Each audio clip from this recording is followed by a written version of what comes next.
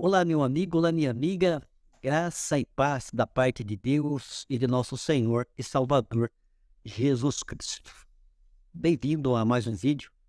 Aqui mais uma reflexão, mais uma colocação, mais uma explanação da palavra de Deus neste dia, nesta hora, neste momento. Que Deus possa estar abençoando grandemente você, sua casa, a sua família. Eu queria fazer uma reflexão hoje, uma mensagem, uma palavra que Deus me deu. Então, e o tema é se converter no momento pouco antes de você morrer, não é uma doutrina bíblica. Pode acontecer, o texto aqui que eu vou ler vai falar a respeito disso. Mas Deus quer que você tome uma posição na sua vida, uma posição de se arrepender dos seus pecados e entregar a sua vida a Jesus, que é o nosso Senhor e Salvador, né? Jesus é o doador da vida. Ele veio para dar vida e vida com abundância. Essa vida é a vida eterna. É a salvação plena da pessoa de Deus, né? As pessoas do mundo, o ateísmo, o pensamento secular tem essa ideia. Morreu, acabou, né? Acabou, cessou. Não, o cristianismo, a cosmovisão cristã fala que não. Jesus falou, ele falou assim lá em João, capítulo 11, versículo 35, ele falou assim: eu sou a ressurreição e a vida. Quem crê em mim, ainda que esteja morto, viverá. Nós sabemos que o homem é composto de parte imaterial, que é a parte espírito, né, do homem, espírito e alma, como está escrito em Eclesiastes, no capítulo 12, está escrito assim: e o pó volta à terra, e o espírito volta a Deus. Esse espírito que volta a Deus, ele tem que voltar reconciliado com Deus Criador. Então, o ser humano tem uma vida aqui na Terra, né? E eu tenho a minha vida, minha esposa tem, meus familiares têm, você tem, meu amigo, você, minha amiga. Mas saiba de uma coisa: o cristianismo prega a salvação, o cristianismo prega e ensina a vida eterna, o cristianismo prega e ensina o arrependimento e o perdão de pecados. E a gente precisa se encontrar, a gente precisa se achar. Tem um dizeres de para-choque de frases de caminhão, né? As pessoas gostam, tem gente que gosta, né?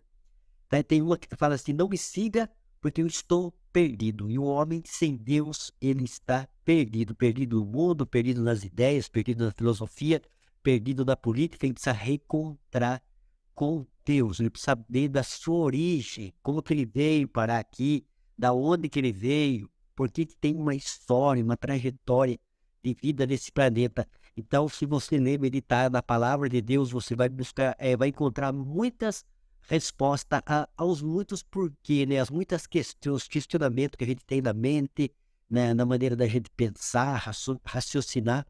E eu quero compartilhar com você nesse dia esse texto da palavra de Deus que fala com a gente, né? Aqui é bem no final, antes de Jesus morrer, ali na cruz, quando ele estava com os dois ladrões. O texto é Lucas, capítulo 23. Eu vou ler do versículo 39 ao 43, mas se você quiser marcar, é bom você marcar para logo mais à noite, onde você estiver, não sei onde você está nesse momento, pode estar até numa casa de praia, numa chácara, em qualquer lugar. Não é pecado isso. Que maravilha fosse, né? A gente ter uma chácara, um lugar de repouso, descanso, para ler e meditar e para buscar a face de Deus. O texto é Lucas, capítulo 23, versículo 39 ao 43.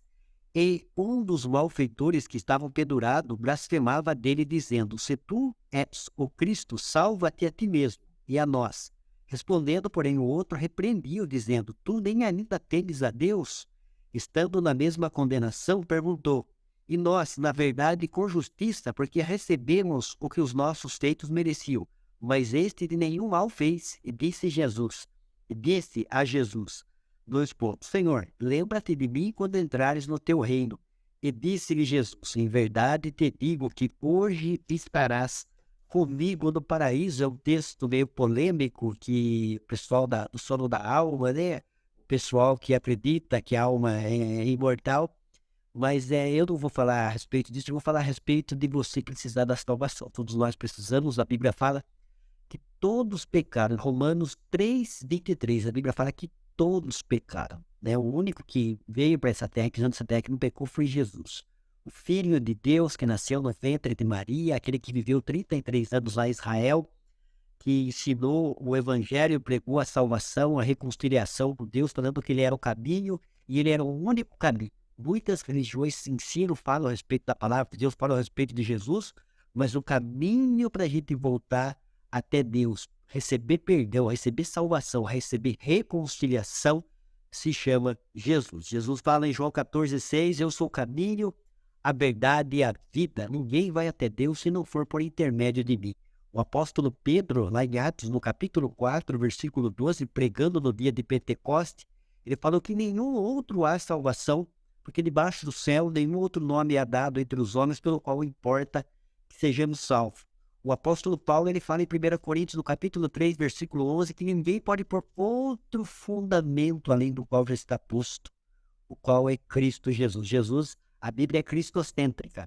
Jesus é a segunda pessoa da Santíssima Trindade, desse Deus triuno, né? Deus é um, mas ele existe em três pessoas, o Pai, o Filho e o Espírito Santo. É uma pluralidade, três, dentro de uma unidade. Assim como a música, a melodia, a harmonia e ritmo, assim como o tempo, passado, presente e futuro, assim como a água, sólido, líquido e gasoso, o Criador, ele deixou a pista dele em todas as áreas, para a gente ver na natureza, em qualquer lugar, a gente vê a pista desse Deus Criador que a gente precisa entender e compreender. Então Jesus é a segunda pessoa dessa Santíssima Trindade, o Pai, o Filho e o Espírito Santo. Uma das melhores ilustrações para a gente entender isso é o batismo de Jesus, né? O Pai falou, o Filho estava sendo batizado e o Espírito Santo veio de uma forma corpórea, simbolizando. Não que era, a pomba não é o Espírito Santo. Ela simboliza, porque a pomba branca, ela é um bicho dócil, frágil, ela traz paz, então ela simboliza. O Espírito Santo é uma ilustração do nosso Deus Todo-Poderoso, Criador dos céus e da terra, esse Deus que infinita graça, infinita bondade, todo poder, poder absoluto, Deus maravilhoso. Deus é perfeito, santo, íntegro, as coisas muda o foco, as coisas vai para as coisas aleatórias, perde o senso, perde. É quando está no homem, quando está na mulher, quando está no ser humano. O ser humano desobedeceu a esse Deus maravilhoso, Criador. Quando a gente olha para Deus, para sua palavra, a gente vê perfeição absoluta. Num cosmos maravilhoso, num planeta que vira, que roda 24 horas, 40 mil quilômetros, num sol que está aí, que traz energia, que traz calor, que traz vida, né? Num campo magnético invisível, mas real, que nos protege das tempestades solares, né? Da radiação do sol.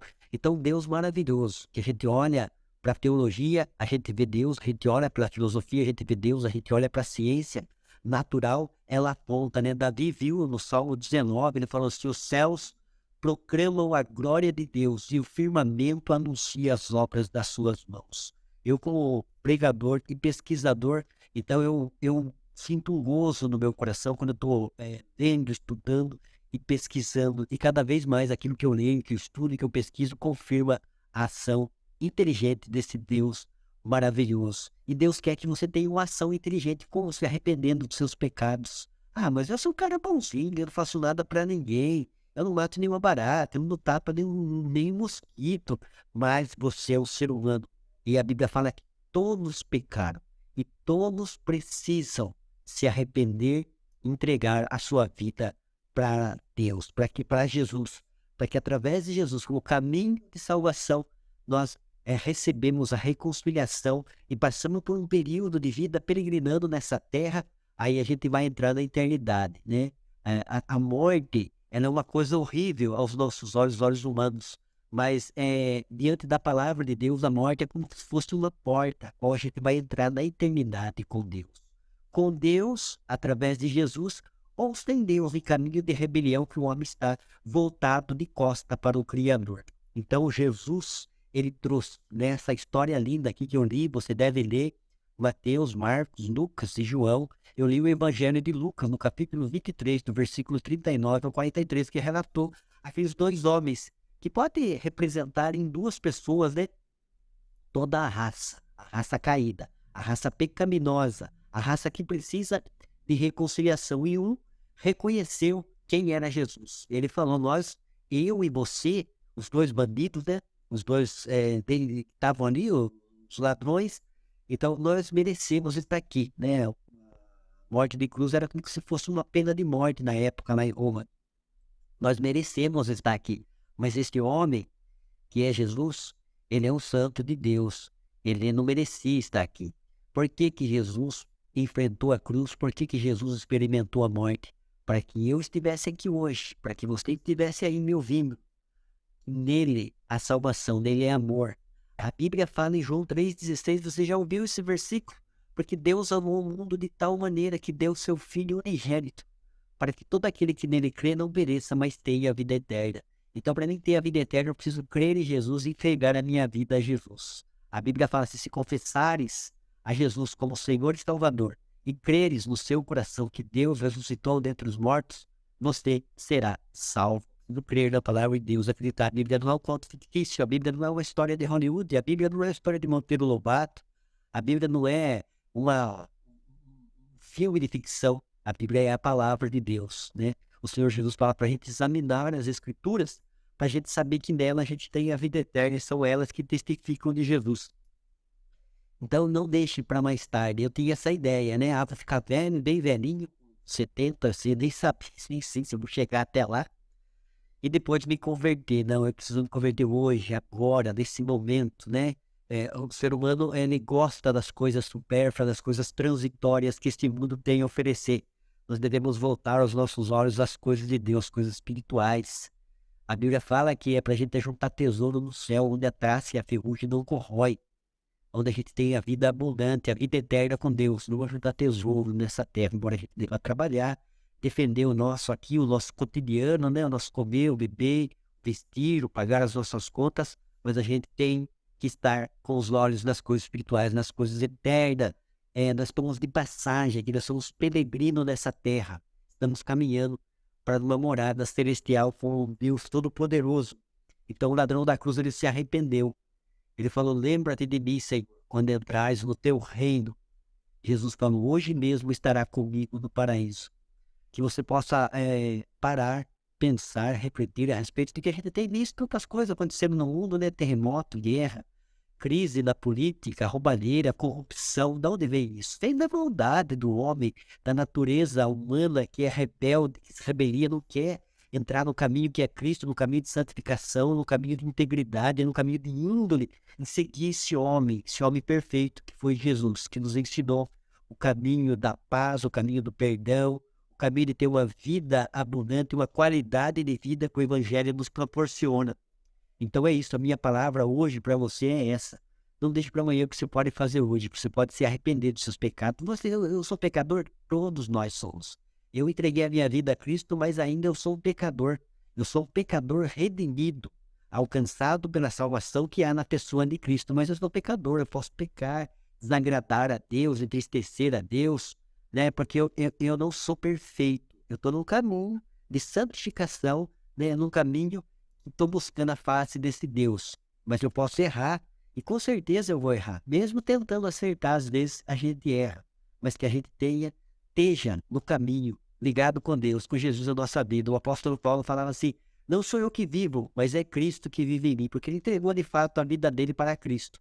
Então quem domina a nossa vida não é os nossos pensamentos arbitrários, aquilo que a gente pensa, aquilo que a gente acha, mas é a vontade de Deus através da sua palavra, do ensinamento, do evangelho, daquilo que Cristo nos deixou aqui, como para a gente estar obedecendo a palavra de Deus e buscando a face de Deus, para que a gente venha errar menos, né?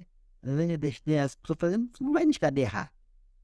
A gente tem que errar menos, né? Procurar estar caminhando com Deus, buscando Deus através de sua palavra, através de oração, buscando a face de Deus, e o Espírito Santo vai nos orientar. A Bíblia fala em Romanos 8,14, que todos os que são guiados pelo Espírito Santo de Deus, estes são filhos de Deus. Leia o texto que eu dei para você. Jesus é real, Deus é real, o Espírito Santo é real, a morte é uma realidade, como a salvação e a vida eterna é uma realidade também. Eu costumo falar para o meu filho, eu dou muito conselho, eu e minha esposa, para o nosso filho, mas a gente não proíbe ele. Não tem como, ele é um homem já na sociedade inserido, ele tem as escolhas, as vontades dele. Mas eu falo, toda ação tem reação. Então você tem escolha, né? As consequências são suas também. Então você tem escolha.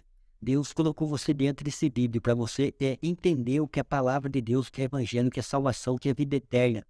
Então nós vamos morrer, vamos fechar os nossos olhos um dia aqui nessa terra. Mas a gente tem dentro do nosso ser dentro da nossa vida que a gente tem que praticar a firme esperança de que Jesus é o nosso Salvador, de que Jesus nos trouxe que a vida eterna. Jesus nos deu o direito de estar na presença de Deus, lá com Deus, no céu, morar com Deus. É para onde o cristão que nasceu de novo, que entregou a sua vida a Cristo vai. O ladrão da cruz, ele teve aquele momento ali. Muitas pessoas não têm esse momento. Como eu falei, eu não sei, eu não tenho a presciência, o conhecimento ou a onisciência, saber tudo ao mesmo tempo. Somente Deus sabe, né? Eu estou aqui na cidade de Sorocaba, o planeta é tão grande, né? Quantos países tem? Cada pessoa está ali vivenciando. Eu estou aqui agora trazendo uma mensagem para você. Tem muita gente que pode estar viajando de carro, viajando de trem, viajando de avião. As pessoas estão em hospital, muita gente está no campo de futebol. A gente não sabe qual vai ser a última hora. A última hora desse homem foi ali na cruz. Mas ali na cruz, ele teve a oportunidade de ver que ele precisava de salvação, que ele precisava encontrar com Deus. E nós precisamos encontrar com Deus. Jesus falou assim: eis que estou à porta e bato. A porta é a porta do seu coração. Você deve abrir o seu coração para Deus e falar: vem, Senhor, vem sobre a minha vida, eu entrego a minha vida, eu me arrependo, eu tenho uma metanoia, eu tenho um arrependimento de tudo aquilo que eu pratiquei. Agora eu quero trilhar um novo caminho, ter um novo rumo na minha vida. Vai ser difícil? Vai, eu vou enfrentar a adversidade, vou, mas o Senhor vai estar comigo nos momentos bons e nos momentos difíceis. Como Davi falou: ainda que eu ande pelo vale da sombra e da morte, Senhor, eu não temerei mal algum, porque eu sei que tu estás comigo. Ele falou isso: eis que estarei convosco todos os dias até a consumação dos séculos. Que Deus abençoe grandemente você, meu amigo, você, minha amiga. Tome posse da palavra de Deus, creia. A gente tem feito tanta coisa, né? Eu sou um pesquisador, eu vejo as pessoas que acreditam aí. Acreditam em Saci Pererê, acreditam em Cuca, acreditam em vampiros, acreditam em ET, acreditam em Big Bang, acredita na macroevolução, acredita, o ser humano acredita. As pessoas falam assim: você tem cabecinha desse tamanho, acredita em Deus. Pelo menos Deus tem coerência, tem consistência, a gente vê as coisas e como veio. Não veio do nada, nada se autoproduz. As coisas precisam de um Criador, né? É Deus, Ele é todo poderoso, Ele é o Criador dos céus e da terra, e nós somos obras das suas mãos. E a Bíblia fala em Gênesis que tudo que Deus fez é bom. Então Deus é esse Deus maravilhoso que fez o cosmos, que fez a vida, que nos criou para a glória e para o louvor da sua pessoa. Ele quer somente que você se arrependa. E como está escrito no Salmo 37, versículo 5, entrega o teu caminho ao Senhor, confia nele e o mais ele fará. Deus abençoe, fique com Deus, um beijo grande no coração do Jefferson Noronha para você, para sua casa e para sua família.